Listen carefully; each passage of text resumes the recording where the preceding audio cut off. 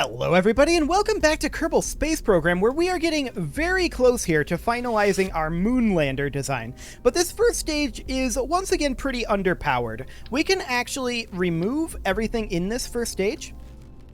It's just not enough power. We could definitely put in like thumpers. Let's see here. Kickbacks are quite a bit more powerful than thumpers, aren't they? They are. So we could run like quad kickbacks here. I feel like this might be overkill.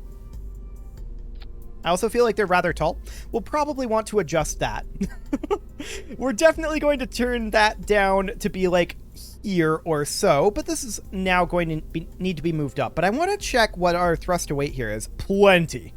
Our thrust to weight is officially in the category of enough. So that's good.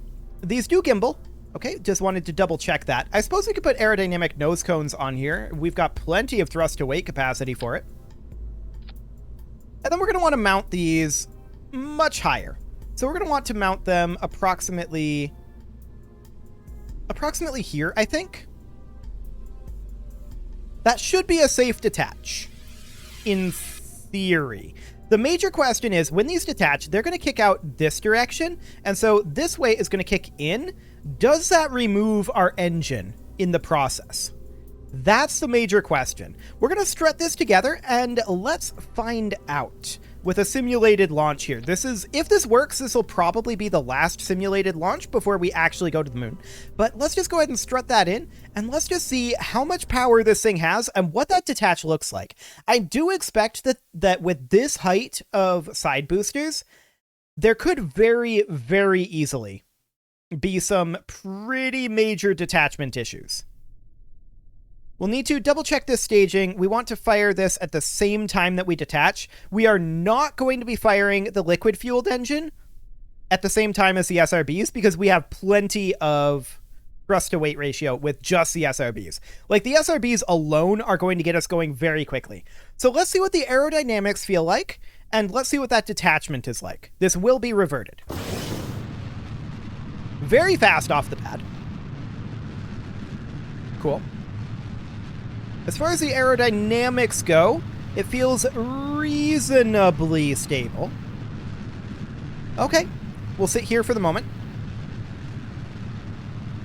This will burn out in 40 seconds, so we'll bring this down a little bit. We're drifting off of the 90-degree mark, and then we'll just lock prograde for the time being. We don't care too much about this ascent profile, but this will be fine. The real question at this point, the aerodynamics seem fine in this stage. The real question at this point is, what happens when we detach? Do we tumble? Do we impact? We'll see. In 10 seconds. We're definitely getting a lot of speed going here. We may even want to thrust limit this a little bit.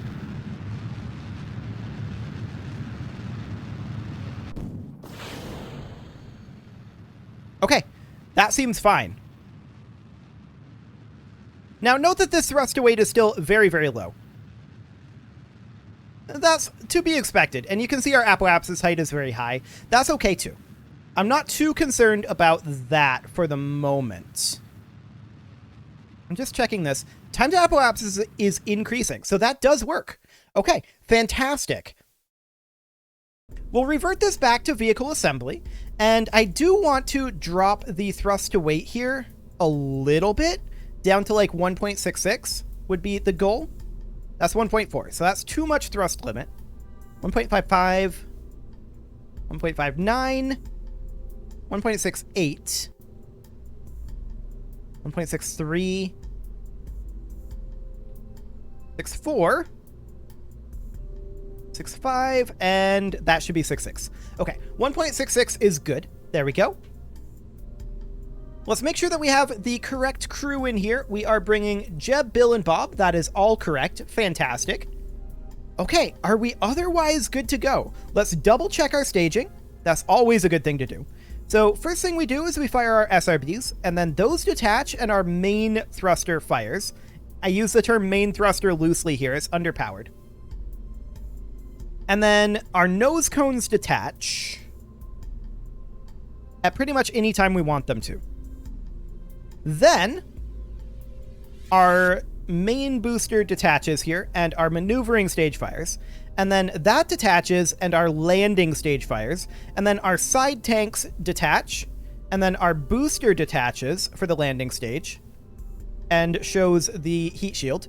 Then the drogue shoots, then the main chute, and then the re-entry module that we're never going to use. Okay, that looks good. Let's go ahead and save and launch this. We are off to the moon. This is a non-simulated flight. No reversions are allowed. Fantastic.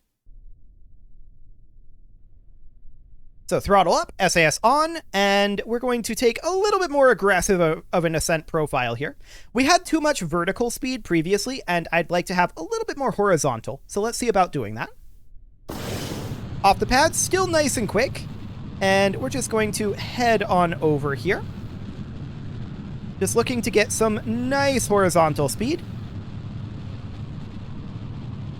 There we go. And I would like to just lock prograde here. It might be a little too aggressive, though. We may want to hold off on that for the moment. And we've also drifted downward this time a little bit. So we're just going to pull up a little there. And we'll just hold around here for a bit until... Well, actually, we should probably lock prograde right now. Okay. So SRBs are going to be burning out in 20 seconds here. We're definitely getting a lot of speed through the atmosphere. We can't control the thrust of our SRBs, of course. But this gets us going up nice and high.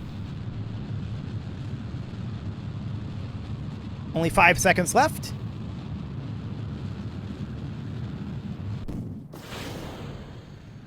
Clean detach. Okay. I'm going to consistently worry about that detach, I think. Our apoapsis height is plenty. So we're just going to cut the throttle for the time being. And we'll just hold stability assist.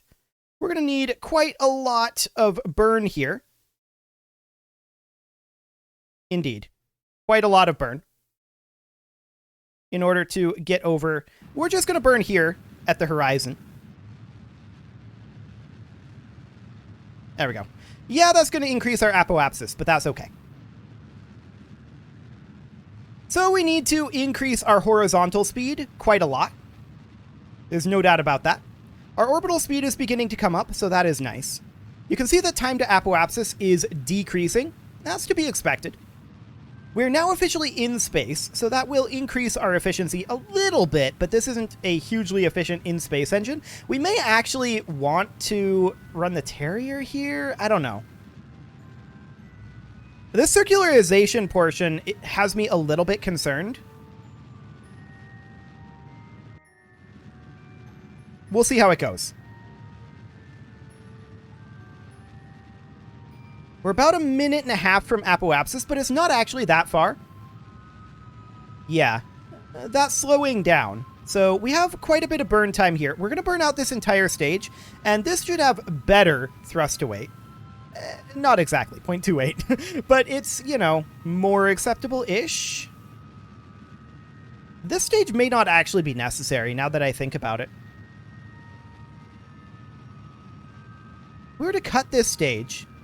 have a Terrier on it. Well, we'd be too tall. That's going to be a bit of an issue. We could have more clearance down here, I suppose. It'd be weird looking. Okay. We need a lot more speed here, horizontally.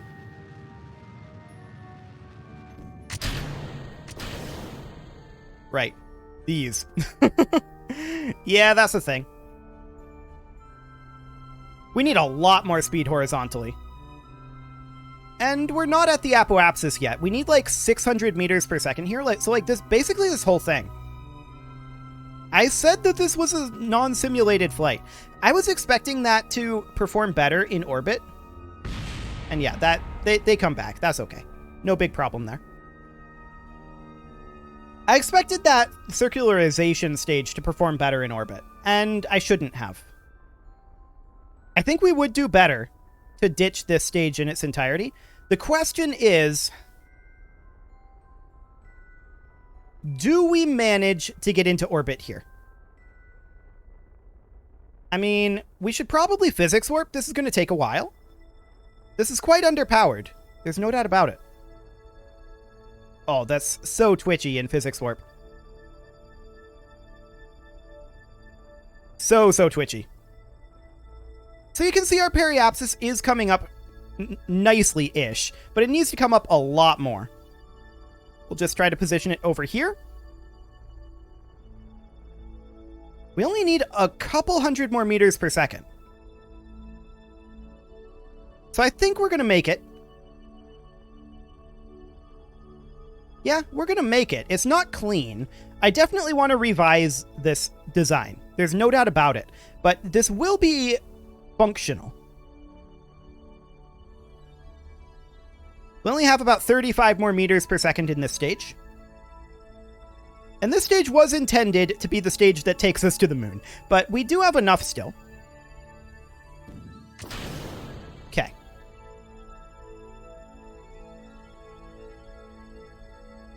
So our periapsis is now coming up above 0. We're extremely elliptical, and that is because our circularization stage was wildly underpowered. Our first stage wasn't bad, and propelled us about to where we wanted it to. And actually, I'm going to burn like this right now. No, other way. Never mind. What am I doing? I want to burn up. So, like this. This form of radial. There we go. So we're bringing our periapsis up while bringing our apoapsis down right now. You can see we've dipped back into the atmosphere. So what we're actually going to do here is we're going to just flip retrograde. We're going to bring this back. So we'll bring these down. We're going to try to land this entire thing here. I want to rework that circularization stage. It clearly needs help. So we're going to start doing a braking burn, and right now is the most efficient time to do it. There we go. And we're going to try to burn off as much of this speed as possible. That circularization stage, that definitely needed work. I think what we need to do... Well, I mean, more horizontal speed wouldn't have been bad. The ascent profile could have been worked on, that's for sure. But there isn't much of a point, I think, in having a swivel engine on that stage. The thrust to weight would be much lower, of course, by having a Terrier. That is something to consider. But our speed is dropping here, and it will continue to drop. We have a lot of fuel on this, so I'm not too concerned about bringing this back here. But yeah, that one particular stage is the primary issue. That and the fact that this stage here only has like 700 meters per second, that's not quite enough to get us to the moon. But it does get us close. So there's that. We are beginning to see some heating effects here. This is unsurprising. We have a lot of drag, and that should be fine. We are continuing to burn down our speed, so we're now down below 2100 meters per second. No longer orbital speed.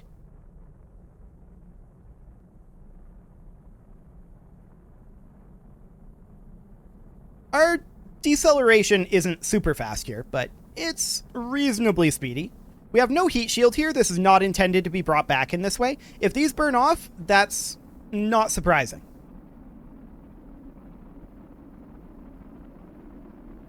"19 kilometers per second, or 19 kilometers per second? No, that would be horrific. 1.9 kilometers per second that we're moving at right now. And we're beginning to slow down much more rapidly. That's good.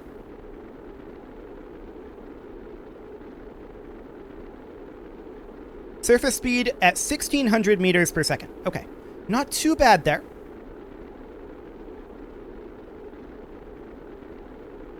I'd like to see that drop a little bit more, but we're not seeing any heat gauges just yet, so this is okay.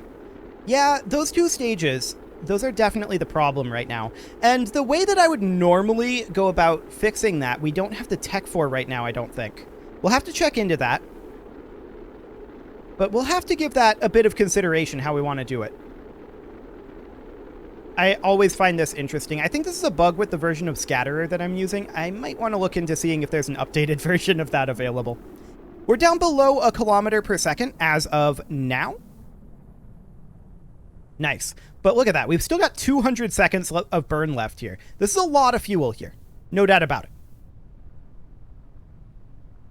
We're down to 600 meters per second. We can drop the drogue chutes, and so we shall.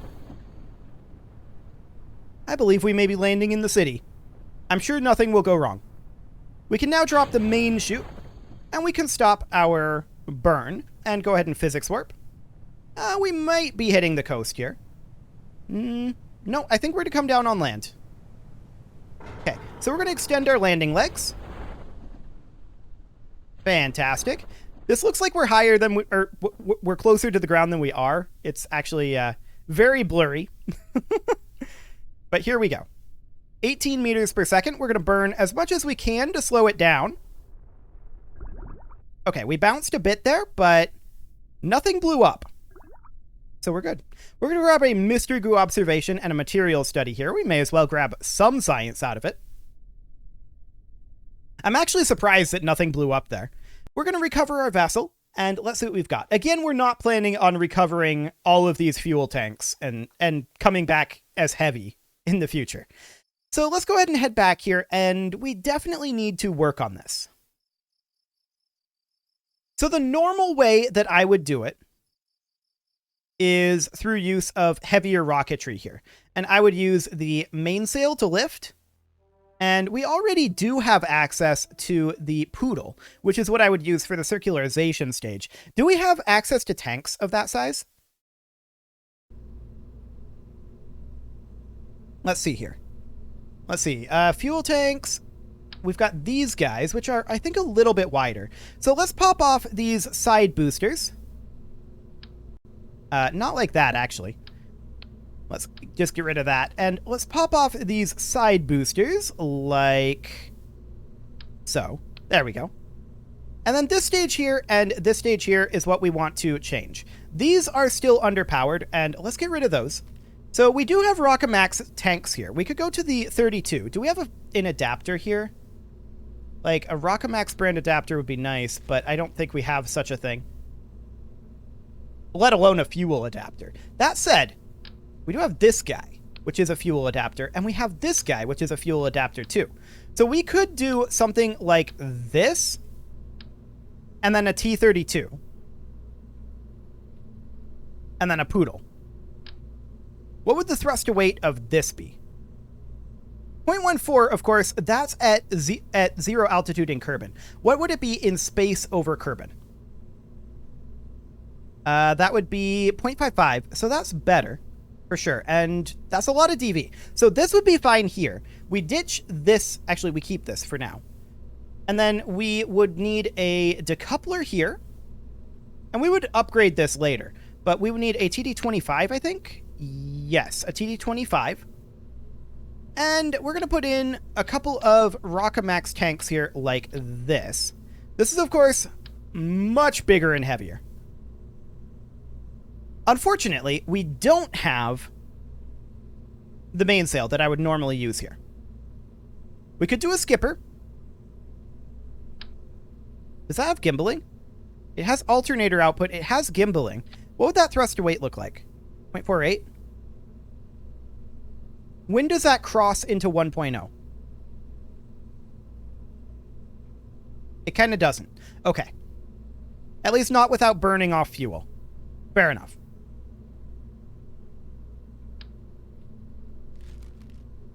Let's see. This Bobcat engine, that's a little on the small side. We may want to go with an engine plate.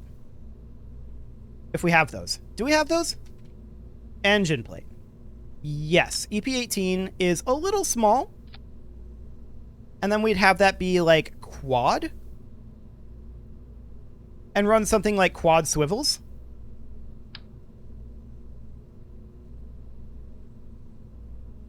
Something like this. They clip together a little bit because of the size of the engine plate, but we don't have the larger engine plate. So this would be 0.55 as well.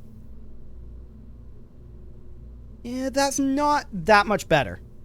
I'd really like to have a mainsail for this. That would be ideal. What other options might we have?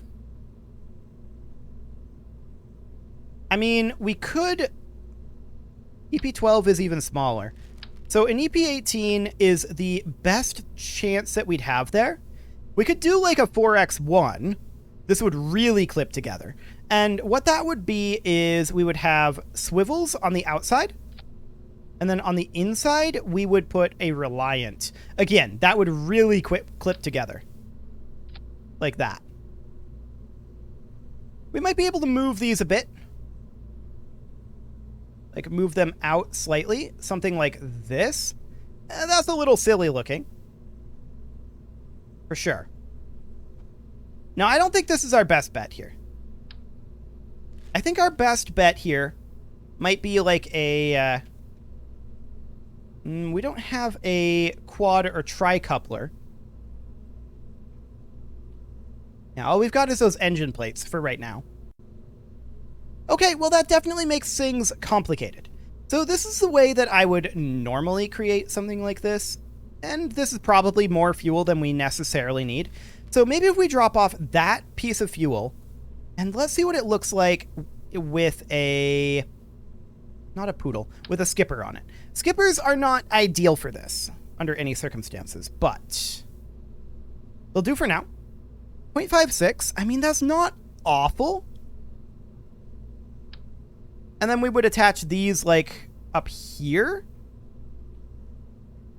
approximately, and we'd run all of that simultaneously. So then that would decouple there, like that.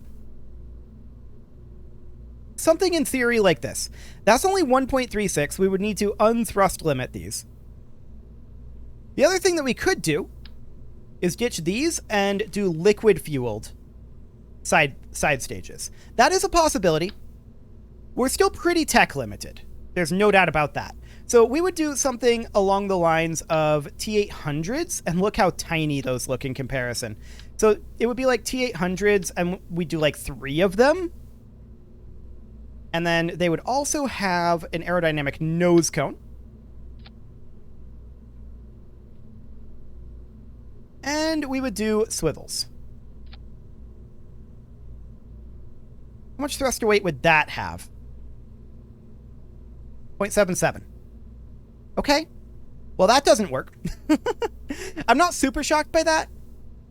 No, get that back. There we go. We could just increase our number of these.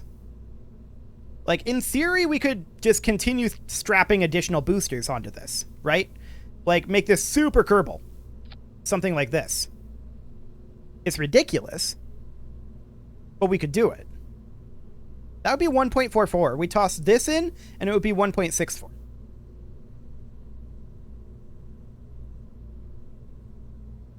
Unthrust limit it, and it'd be 1.83. So we could then do something kind of like this. 1.63, and then that would be 0.56. It would not be powerful enough. We really do need the mainsail for this.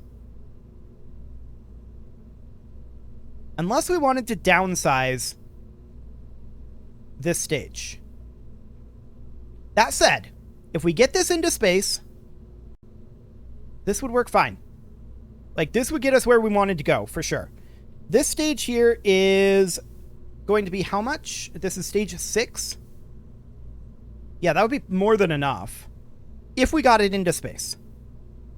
That said, this is not much thrust to weight here. And that's my main concern right now, is this interior stage right here.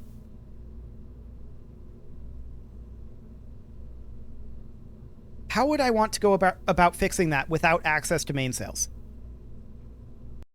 That's a really good question. I mean, we could make this a more budget booster. Like a more budget rocket in its entirety. We could also upgrade our R&D here. Is there a mission in here? I kind of doubt it.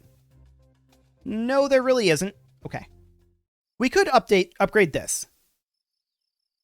But we would lack the 160 science that we need for heavier rocketry. Once we get access to the mainsail, that will be a big, big deal. Right now, I'm kind of regretting grabbing, like, advanced construction. That's for sure. Okay. Well, unfortunately, it is time to put a cut in here. I was definitely planning on taking this to the moon this episode, but this stage here became quite a problem. I'll have a solution for that, though, by next episode, and I promise that we will go to the moon next episode. You can leave your offerings to the engagement gods in the form of likes, comments, subscribes, and bell ringings, and I will see you all next time.